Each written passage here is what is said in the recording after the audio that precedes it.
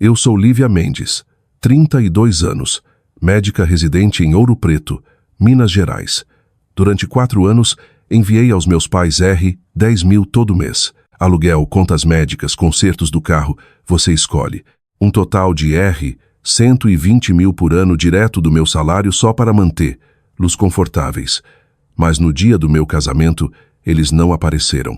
Sem ligação, sem mensagem, sem explicação. Meu coração estava disparado quando liguei e minha mãe respondeu rispidamente: "Não nos incomode." Aquelas palavras bateram como um tapa. Minhas mãos tremiam quando desliguei. Fiquei parada no camarim, lágrimas escorrendo, depois respirei fundo e tomei uma decisão que nunca imaginei precisar tomar. 30 minutos depois, meu celular estava explodindo. A voz do meu pai falhou, enquanto ele implorava para eu mudar de ideia. Eu não mudei. Passei anos acreditando que família significa sacrifício. Trabalhei horas extras, abri mão de viagens e desisti de coisas que queria só para cobrir as emergências deles. Eles nunca disseram obrigado uma única vez. Meu marido frequentemente perguntava: "Por que você deixa eles te usarem assim?" Eu nunca tinha resposta, mas ali, de vestido de noiva, com as palavras frias da minha mãe ecoando na cabeça, finalmente percebi que estava exausta de carregar tudo aquilo. Aquele foi o momento em que escolhi acabar com isso. Se você já precisou escolher a si mesmo em vez das expectativas da família, o que faria? Compartilhe seus pensamentos nos comentários.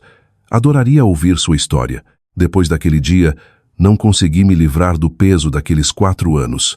Todo mês, eu enviava R$ 10.000 aos meus pais, transferidos direto do meu salário. O aluguel do apartamento deles em Ouro Preto era de R$ 3.500, vencendo todo dia 1 grau, e eu pagava sem falhar. Quando a dor nas costas da minha mãe piorava, eu custeava as sessões de fisioterapia, R$ 2.500 cada, mais os remédios. O velho Gol deles quebrava 2 vezes por ano, alternador, freios, o que fosse, e eu pagava mais R$ 1.500 cada vez. Eu até instalei internet e TV a cabo deles, achando que facilitaria a vida deles. Mas não importava quanto eu desse, eles nunca diziam obrigado. Nenhuma vez. Mandavam uma mensagem seca, dinheiro recebido, ou ligavam com outra história triste, e eu enviava mais como se fosse minha obrigação. Eles agiam como se fosse devido a eles. Meu pai ligava, com a voz sem emoção, dizendo que a conta de luz estava atrasada de novo, como se eu devesse saber. Minha mãe insinuava despesas inesperadas, sem explicar, só esperando que eu resolvesse. Eu sentava no laptop depois de um plantão longo no hospital transferindo o dinheiro. Sentindo o aperto no meu próprio orçamento, reduzi jantares fora, parei de comprar roupas novas, trabalhava horas extras para encaixar tudo. Eles não se importavam. Para eles, eu era a confiável, aquela que sempre resolvia, sem perguntas. Não era gratidão que me davam, era silêncio.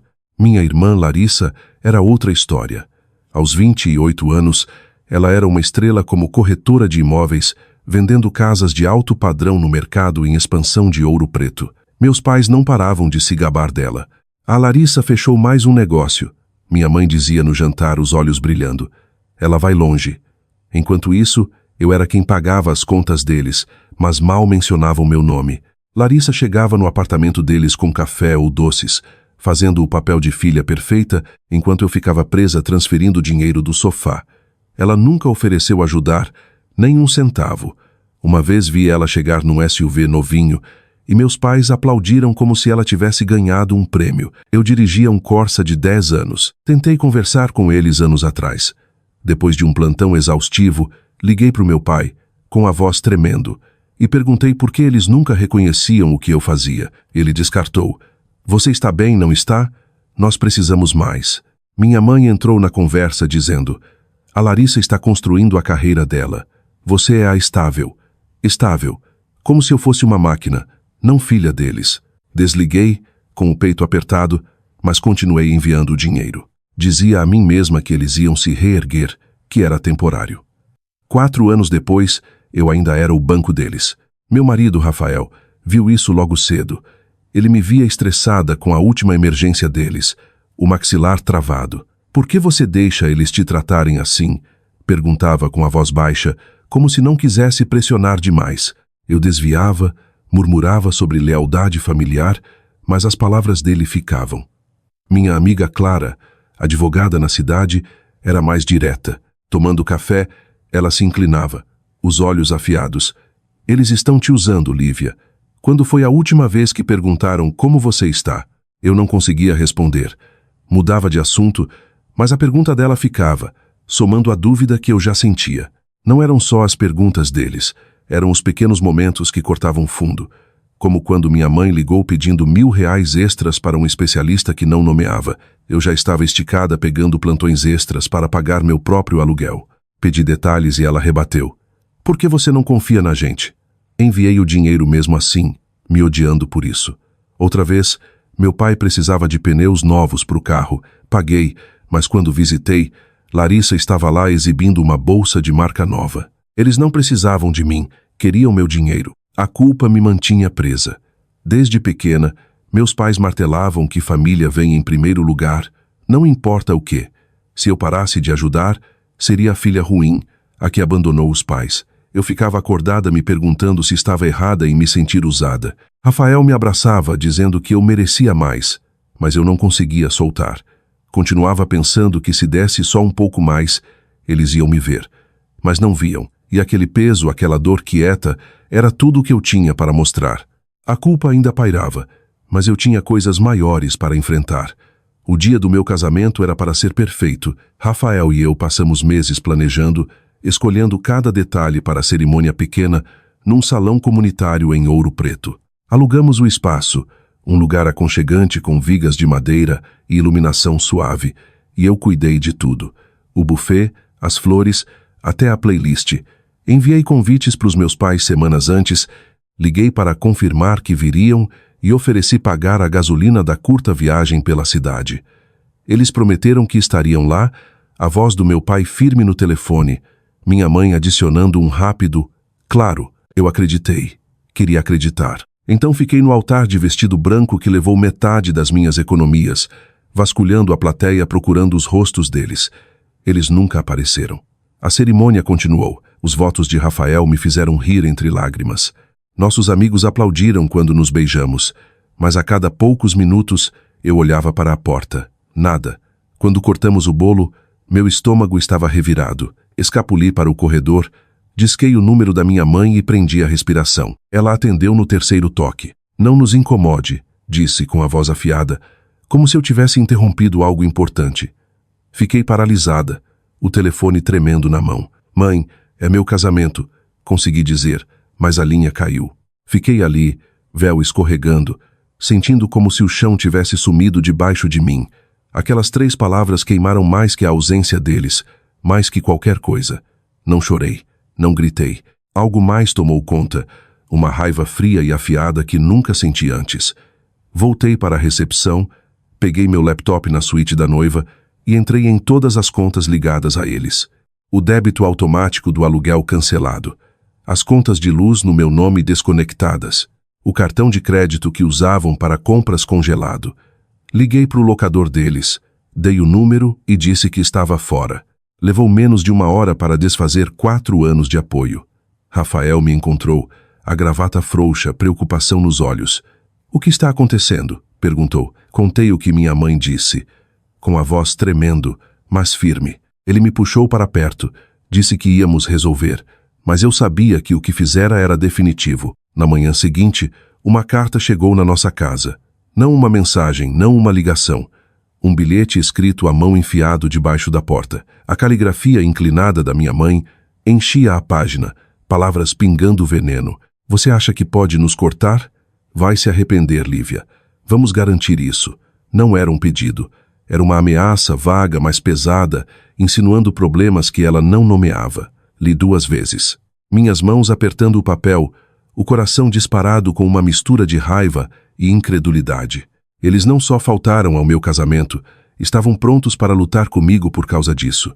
Mostrei a Rafael e o rosto dele endureceu. Isso não está certo, disse com a voz baixa. Precisamos fazer algo. Não consegui mais guardar dentro de mim. Dirigi até a casa da minha avó, Dona Helena, a única pessoa que sempre via através dos meus pais. Ela abriu a porta, o cabelo prateado preso, os olhos afiados aos 70 anos. Despejei a história toda. A ausência, a ligação, a carta. O rosto de Dona Helena se fechou a cada palavra. Eles passaram dos limites, disse, com a voz como aço. Sem dizer mais nada, pegou o casaco e dirigiu até o apartamento dos meus pais, a poucos quilômetros, num conjunto simples. Eu segui, o coração acelerado, sem saber o que ela faria. Dona Helena não bateu. Ficou do lado de fora da porta, a voz ecoando pelo estacionamento. Sônia, você devia ter vergonha, gritou alto o suficiente para os vizinhos espiarem pelas janelas. Vocês faltaram ao casamento da filha e agora ameaçam ela. Vocês não são mãe nenhuma. Minha mãe abriu a porta, o rosto vermelho, gaguejando desculpas, mas Dona Helena não parou. Vocês pegaram o dinheiro dela, o tempo dela, o coração dela e não dão nada em troca. Cansei de ver vocês machucarem ela. Vizinhos se juntaram sussurrando enquanto minha mãe encolhia na porta. Mauro apareceu atrás dela, em silêncio, os olhos evitando os meus. Dona Helena se virou para mim, a expressão feroz. Você fez a coisa certa, Lívia. Não deixe eles te arrastarem de volta. Fiquei ali, minha raiva misturada com um alívio estranho. Pela primeira vez, alguém disse em voz alta. Eles não mereciam a mim. As palavras de Dona Helena ecoavam na minha cabeça, abafando a culpa que carreguei por anos. Eu não estava mais lutando só por mim. Estava cansada de deixar eles vencerem. Alguns dias depois do confronto com meus pais, recebi uma ligação do meu banco em Ouro Preto. Uma atendente, com a voz hesitante, disse que alguém tentou acessar uma das minhas antigas contas correntes, aquela que eu usava para pagar as contas dos meus pais anos atrás. Tentaram sacar R$10.000, alegando transferência autorizada. O banco bloqueou. Meu nome estava na conta, mas a identidade não batia. Soube imediatamente que era meu pai, Mauro, ou minha mãe, Sônia. Eles sempre tiveram acesso àquela conta quando eu enviava dinheiro todo mês. Eu havia fechado depois do casamento, mas eles devem ter achado que ainda conseguiam entrar. A atendente confirmou que a tentativa foi negada e senti um nó frio no estômago. Eles não estavam só bravos, estavam desesperados. Na mesma noite, meu celular vibrou com uma mensagem de número desconhecido. Você não pode esconder seus segredos para sempre, Lívia. Pague, ou todo mundo vai saber. Meu coração afundou ao ler, as palavras borrando na tela. Segredos? Eu não tinha nenhum, não do tipo que eles pudessem usar. Mas a ameaça pareceu real e pesada, como uma sombra se aproximando. Mostrei a mensagem para Rafael, meu marido, enquanto estávamos na sala. O rosto dele escureceu, o maxilar travado. Isso é assédio, disse, com a voz firme mas furiosa. Eles estão tentando te assustar. Assenti, mas minhas mãos tremiam. O que eles estavam planejando e até onde iriam. Não consegui dormir aquela noite, a mente acelerada. A mensagem ficava se repetindo, cada palavra mais afiada que a anterior. Não sabia que segredos eles queriam dizer, mas a ideia deles mexendo na minha vida, distorcendo algo para me machucar, apertava meu peito. Pensei em ligar para eles, exigir respostas, mas sabia que desviariam ou mentiriam. Em vez disso, mandei mensagem para Clara. Ela estava na minha casa pela manhã, o laptop aberto na mesa da cozinha, os olhos varrendo a mensagem que encaminhei. Isso é sério, Lívia, disse, com o tom calmo mas firme. Eles estão cruzando uma linha. Precisamos documentar isso e começar um rastro jurídico. Senti uma onda de alívio misturada com medo. Ação legal significava escalada, mas não fazer nada parecia pior. Clara explicou claramente. Sugeriu registrar boletim de ocorrência pela tentativa de saque e pela mensagem ameaçadora. Depois pedir medida protetiva se continuasse. Você precisa se proteger, disse, com a voz firme. Eles não estão só pedindo dinheiro, estão tentando te controlar. Assenti, o estômago revirando. A ideia de levar meus pais ao tribunal parecia surreal, como uma traição a tudo que me ensinaram sobre família. Mas Clara estava certa. Eles não estavam agindo como família. Estavam agindo como pessoas que fariam qualquer coisa para conseguir o que queriam. Rafael sentou ao meu lado, a mão na minha. Estamos com você, disse, o que for preciso. Enquanto conversávamos, percebi que precisava contar algo que guardei em silêncio. Tem uma coisa que vocês dois precisam saber, disse com a voz baixa. Respirei fundo e contei sobre minha conta poupança secreta. Durante 4 anos, guardei R$ 1.000 por mês, uma reserva pequena que construí para me sentir segura. Agora eram R$ 100.000 guardados num banco separado, intocados. Nunca contei para os meus pais, não depois de eles tratarem meu dinheiro como se fosse deles. Os olhos de Rafael se arregalaram. Você guardou isso enquanto pagava eles? Perguntou, com uma mistura de orgulho e incredulidade na voz. Clara assentiu, a expressão afiada. Ótimo, isso é seu, e vamos garantir que eles não toquem. Expliquei que comecei a conta depois do primeiro ano como residente, juntando o que podia depois das exigências intermináveis deles. Era minha rede de segurança, minha forma de saber que ficaria bem se tudo desmoronasse. Guardar em segredo parecia a única maneira de proteger. Mas agora, com a ameaça pairando, me perguntei se eles sabiam de alguma forma. Era esse o segredo que queriam dizer? Ou só estavam blefando, esperando me assustar para eu pagar de novo? A incerteza me corroía, mas contar para Rafael e Clara tirou um peso que nem percebi que carregava. Eles não me julgaram por esconder, entenderam. Clara começou a trabalhar imediatamente. Redigiu uma carta para o banco pedindo o relatório completo da tentativa de saque e começou a juntar evidências. A mensagem ameaçadora, o registro da ligação do banco, até a carta que minha mãe enviou depois do casamento. Vamos construir um caso, disse, os dedos voando no teclado. Se tentarem mais alguma coisa, estaremos prontos. Observei ela, grata, mas sobrecarregada. A ideia dos meus pais, do meu próprio sangue, me levar a esse ponto, parecia um pesadelo ruim. Mas eu não ia recuar. As ameaças deles, a ganância, foram longe demais. Rafael ficou acordado comigo aquela noite, planejando os próximos passos. Mudamos as senhas de todas as minhas contas, adicionamos a autenticação em 2 etapas e checamos meu score de crédito por algo suspeito. Cada passo parecia trancar uma porta que eles mantiveram aberta por anos. Eu estava com medo, não só do que eles poderiam fazer, mas de como isso mudaria tudo. Família não devia parecer assim, mas olhando para Rafael, a presença firme dele me ancorando, e pensando na determinação feroz de Clara, eu sabia que não estava sozinha. Passei anos dando tudo para os meus pais. Agora estava pronta para lutar por mim. Uma semana depois da mensagem ameaçadora, meu celular tocou com um número que não via há anos. Era meu tio Roberto, irmão mais novo do meu pai, ligando da casa dele em Belo Horizonte. A voz dele estava pesada, como se carregasse má notícia. Lívia, precisamos conversar sobre a herança dos seus avós, disse. Fiquei paralisada, a mente acelerada. Meus avós faleceram anos atrás, e eu achava que não havia mais nada para discutir. Mas Roberto soltou a bomba. Eles deixaram um fundo fiduciário de R$ 500.000 destinado a mim e a minha irmã Larissa para dividir igualmente. Meu pai, Mauro, era o executor, mas nunca nos contou uma palavra. Apertei o telefone, o coração disparado. Como você descobriu? Perguntei.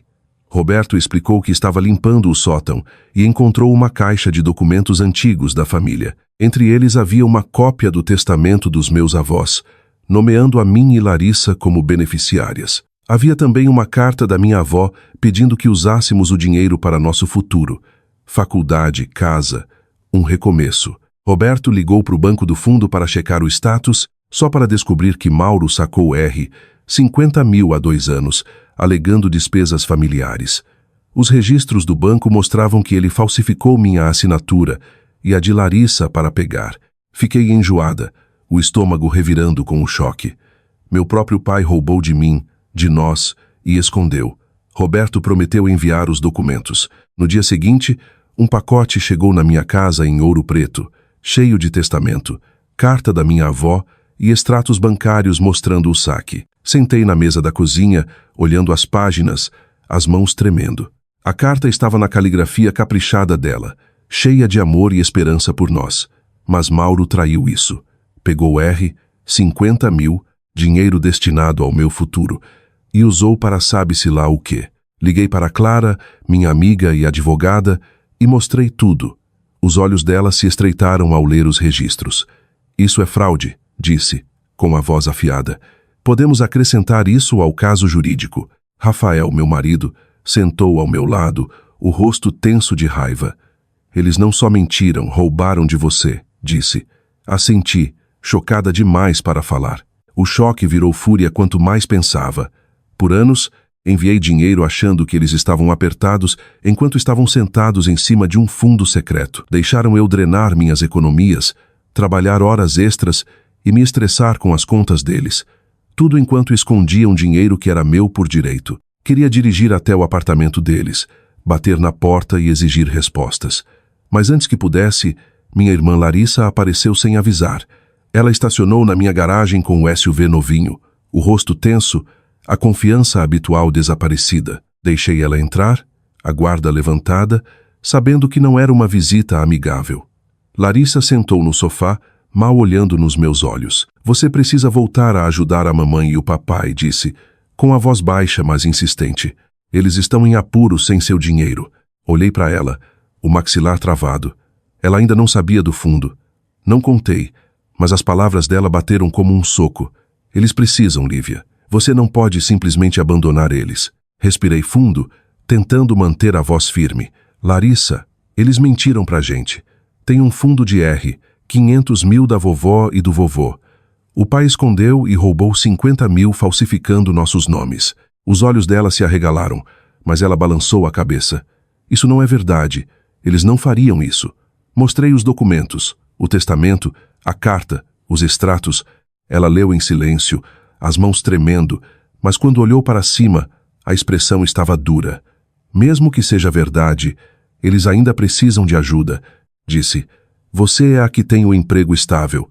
Só mande dinheiro de novo. Senti uma onda de raiva mais quente que qualquer coisa que senti antes. Não, disse com a voz firme. Acabou. Eles roubaram da gente, Larissa. Não merecem nem um centavo. Ela se levantou, o rosto corado. Você é tão egoísta, rebateu, saindo tempestuosamente e batendo a porta. A sala ficou pesada depois que ela saiu. Rafael colocou o braço ao meu redor, mas eu mal sentia. As palavras de Larissa doeram, não porque fossem verdadeiras, mas porque ela escolheu o lado dos nossos pais, mesmo depois de ver a verdade. Passei anos tentando manter a família unida, mas agora via claramente. Eles não eram mais minha família. As palavras de Larissa cortaram fundo, mas o golpe real ainda estava por vir. Clara e eu decidimos que era hora de oficializar. Redigimos uma notificação jurídica, uma carta formal dizendo que eu estava cortando permanentemente todo o apoio financeiro aos meus pais. A mão firme de Clara escreveu cada detalhe. Os anos de pagamentos, as tentativas de acessar minhas contas, as assinaturas falsificadas no fundo. Enviamos por carta registrada para o apartamento deles em Ouro Preto, com cópia para o banco e para a polícia para o nosso dossiê crescente. Parecia traçar uma linha na areia, uma que eu não cruzaria de novo. Meu coração acelerou ao assinar meu nome, mas não havia volta. Alguns dias depois, recebi uma ligação frenética de Dona Helena. A voz dela estava afiada, tremendo de raiva. Eles estiveram aqui, Lívia, disse. Seus pais vieram na minha casa e mexeram nas suas coisas. Dirigi até a casa dela, as mãos apertando o volante, a mente girando. Dona Helena morava numa casinha simples na saída da cidade, onde eu guardava caixas antigas da infância, roupas, recordações. Quando cheguei, a sala estava uma bagunça. Gavetas puxadas, papéis espalhados pelo chão. Meus diários antigos, cheios de pensamentos da adolescência, tinham sumido. Um álbum de fotos com imagens minhas e dos meus avós também estava desaparecido. Dona Helena disse que pegou Mauro e Sônia revirando as caixas enquanto ela estava no mercado. Eles nem tentaram esconder, disse, os olhos flamejando. Só foram embora quando entrei. Senti uma onda de violação, como se tivessem invadido meu passado e rasgado tudo. Aqueles diários não tinham valor, mas eram meus. Pensamentos privados que nunca compartilhei. As fotos eram memórias insubstituíveis dos verões com meus avós, antes de tudo dar errado. Liguei para Clara imediatamente, com a voz tremendo. Ela ficou furiosa, mas calma, a mente de advogada já funcionando. Isso é furto, disse. Vamos acrescentar ao boletim de ocorrência. Eles estão escalando, Lívia, mas nós somos mais fortes. Rafael ficou ao meu lado, a mão no meu ombro. Eles não podem continuar fazendo isso, disse, com a voz baixa mais firme. Assenti, mas a tensão era sufocante. O que eles estavam procurando? E por que levar minhas coisas? Na mesma noite, Larissa me ligou com a voz instável. Me preparei para outra discussão, mas ela soava diferente e assustada. A mamãe me mandou mensagem, disse. Mandou eu fazer você voltar a pagar ou eles vão dificultar para nós duas. Pressionei por detalhes, o pulso acelerado. Larissa encaminhou a mensagem. Era do número da Sônia, curta e gelada. Diga para Lívia mandar o dinheiro, ou vocês duas vão se arrepender. Meu estômago afundou. Eles não estavam só vindo atrás de mim, estavam arrastando Larissa, usando ela como alavanca. Disse para Larissa guardar a mensagem e ficar longe deles. Não vou ceder, disse, com a voz firme apesar do medo. Ela não respondeu, só desligou e fiquei me perguntando se ela ouviria. Na manhã seguinte, voltei para a casa de Dona Helena para arrumar a bagunça. Enquanto separava os papéis espalhados, encontrei algo que não tinha visto antes. Um envelope pequeno dentro de um livro antigo. Era uma carta dos meus avós endereçada a mim, escrita pouco antes de falecerem. Minhas mãos tremiam ao abrir. As palavras deles eram claras, cheias de amor. Eles criaram o fundo para dar futuro a mim e Larissa, para garantir que nunca passássemos aperto como eles. Escreveram que Mauro era só o executor, não o dono, e o dinheiro era nosso. Era prova, inegável, de que era para nós. Apertei a carta, os olhos ardendo. Meus pais não só esconderam o fundo, traíram os desejos dos meus avós. Mostrei a carta para Clara, que leu com cuidado. Isso é ouro, disse com a voz feroz. Confirma tudo que o tio Roberto contou. Vamos usar para pegá-los. A tensão no peito não diminuiu, mas senti um fogo crescendo dentro de mim. Eles pegaram meu dinheiro, minhas memórias, e agora ameaçavam minha irmã. Não estava mais lutando só para me proteger. Estava lutando pelo que era certo, pelo legado que meus avós queriam para mim. Clara me ligou alguns dias depois, com a voz urgente. Ela contatou o banco que gerenciava o fundo dos meus avós e a notícia foi ao mesmo tempo alívio e choque. O fundo ainda tinha R, 450 mil, apesar da tentativa dos meus pais de esvaziá-lo. Clara cavou mais fundo, trabalhando com um contador forense que encontrou evidências claras de fraude. Assinaturas falsificadas por Mauro, não só as minhas e de Larissa, mas também da minha avó, usadas para desviar os R, 50 mil anos atrás. O banco congelou a conta pendente de investigação e Clara estava pronta para pedir acusações criminais. Isso é a prova de bala, disse, com o tom feroz. Eles não vão escapar dessa. Senti um frio, não só pela traição deles, mas pelo medo do que fariam quando encurralados.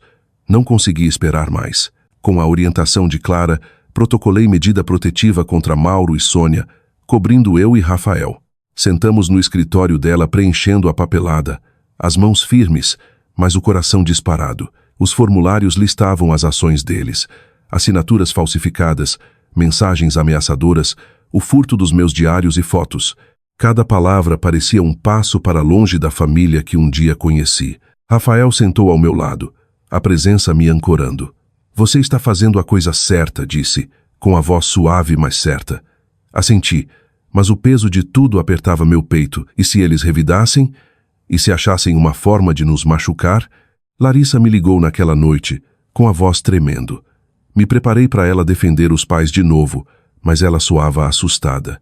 Eles me mandaram mensagem, disse, as palavras atropeladas. Disseram que se você não desistir da parte jurídica, vão fazer nós duas pagarmos. Encaminhou a mensagem e li com uma sensação de afundamento. Diga para Lívia recuar, ou vocês duas vão enfrentar consequências. Era de um número novo, mas eu sabia que eram eles. O tom afiado de Sônia era inconfundível mesmo por texto. Disse para Larissa guardar para Clara, mas ela hesitou. Eles ainda são nossos pais, disse, com a voz quebrando. Não quero machucá-los. Apertei o maxilar, frustração misturada com medo. Eles estão nos machucando, Larissa, disse. Você não precisa escolher eles. Mas ela desligou e eu soube que ela não estava pronta para soltar. No dia seguinte, Dona Helena ligou com sua própria atualização. Mauro e Sônia apareceram na casa dela sem avisar, tentando conversar para voltar às boas graças. Ficaram na varanda implorando, dizendo que eram incompreendidos e precisavam do apoio dela para consertar as coisas comigo. Dona Helena não abriu a porta. Disse para irem embora. Contou, com a voz como aço no telefone. Não vou deixar eles me usarem para chegar até você. Eu podia ouvir a dor por trás da força dela. Ela criou meu pai, o amava, mas não conseguia desculpar o que ele fez. A recusa dela me deu coragem, mas também me assustou. Se eles estavam desesperados o suficiente para implorar para Dona Helena, o que mais tentariam? Fiquei acordada aquela noite, a mente correndo com possibilidades. A medida protetiva era um escudo, mas parecia frágil contra a persistência deles. Imaginava eles aparecendo no hospital, me encurralando no estacionamento, ou pior, mirando em Rafael. Mas toda vez que o medo entrava, pensava na determinação de Clara, na defiance de Dona Helena e no apoio quieto de Rafael. Eu não estava sozinha, passei anos dando tudo para eles, acreditando que era meu dever. Agora estava cansada de ceder. Eles podiam ameaçar, manipular ou implorar, mas eu não ia voltar. O desespero deles estava claro, mas a justiça estava mais perto. Uma semana depois da recusa de Dona Helena, Clara ligou com uma notícia que me paralisou. Meus pais, Mauro e Sônia, foram presos numa agência de serviços financeiros em Ouro Preto. Tentaram abrir um empréstimo usando identidade falsa no meu nome, uma tentativa desajeitada de contornar as contas congeladas. A polícia revistou o carro deles e encontrou evidências condenatórias. Cópias das cartas ameaçadoras que me enviaram, documentos bancários falsificados e meus diários roubados da casa de Dona Helena. A voz de Clara estava calma, mas triunfante. É isso, Lívia, disse. Pegamos eles. Meu coração acelerou, não de medo, mas com um estranho alívio. As mentiras deles finalmente os alcançaram. Fui à delegacia com Clara para prestar depoimento. O policial expôs as evidências. Cada assinatura falsificada, cada nota ameaçadora. Protocolo uma medida protetiva permanente cobrindo eu e Rafael, meu marido. O juiz concedeu no dia seguinte, citando o assédio repetido e a fraude. Parecia um peso saindo, uma porta se fechando sobre anos de manipulação. Rafael apertou minha mão quando saímos do fórum, os olhos orgulhosos. Você conseguiu, disse. Assenti, me sentindo mais leve do que em anos, embora uma parte de mim ainda doce pelo que poderia ter sido. Dias depois, soube que Mauro e Sônia foram despejados do apartamento. Pararam de pagar o aluguel meses antes, dependendo do meu dinheiro para cobrir. Sem fundos e com os problemas jurídicos aumentando, o locador não teve piedade. Não senti alegria pela queda deles, mas uma paz quieta se instalou em mim. Eles construíram a vida na mentira e agora enfrentavam as consequências. Não entrei em contato. Estava cansada de carregar os fardos deles. Dona Helena me convidou para a casa dela logo depois. Sentou comigo na mesa da cozinha, as mãos firmes apesar da idade. De uma caixinha de veludo, tirou um anel delicado de prata com florzinhas gravadas. Isso era da sua bisavó, disse com a voz quente. É para você, pela família que fica ao seu lado. Coloquei no dedo, a garganta apertada de emoção. Não era só um anel, era um lembrete do amor e da força que encontrei nela, em Rafael, em Clara. A família de verdade que escolhi. Com o fundo finalmente liberado, acessei minha parte. R. 225 mil, depois da porção de Larissa. Rafael e eu decidimos reformar nossa casinha simples em Ouro Preto, transformando num espaço que realmente fosse nosso. Pintamos as paredes num bege quente, trocamos os pisos rangentes e adicionamos um jardim onde eu podia plantar flores como minha avó fazia. Cada martelada parecia um passo para a liberdade, uma vida não mais definida pelas exigências dos meus pais.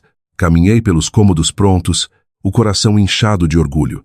Isso era meu, conquistado por anos me mantendo firme. Larissa, porém, fez sua escolha. Me enviou uma última mensagem, curta e fria. Estou com a mamãe e o papai. Não me procure. Doeu, mas não me surpreendeu. Ela se agarrou a eles mesmo depois das ameaças e mentiras. Não respondi. Deixei ela ir, sabendo que alguns laços estavam quebrados demais para consertar. O silêncio que se seguiu era pesado, mas também libertador. Passei anos tentando manter minha família unida, só para perceber que precisava me proteger primeiro. Olhando para trás, aprendi uma verdade dura. Família não é só sangue, são as pessoas que te respeitam, que te levantam. Estabelecer limites não foi egoísmo, foi sobrevivência. Agora eu me mantenho mais erguida, ancorada pelo amor daqueles que importam e pela força que encontrei dentro de mim.